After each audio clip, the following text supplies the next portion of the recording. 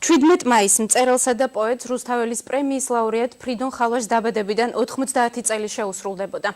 იუბილე ბათუმის საჯარო ბიბლიოთეკაში აღნიშნეს. ღონისძიებაზე შეკრებილებმა პოეტის ღვაწლზე ისაუბრეს და ფრიდონ ხალვაშის ხსოვნას კიდევ ერთხელ მიაგეს პატივი. ფრიდონ ხალვაში 85 წლის ასაკში გარდაიცვალა და ის 50-მდე წიგნის ავტორია.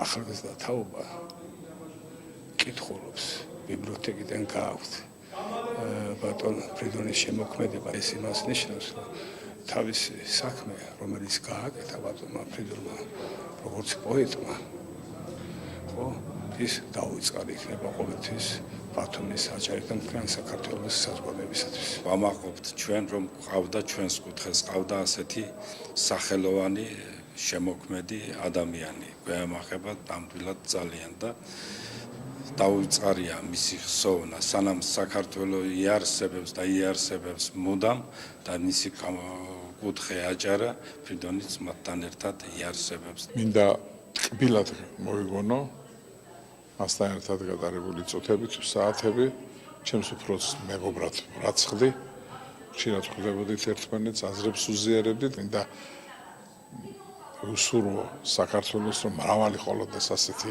პოეტი, ასეთი კაცი.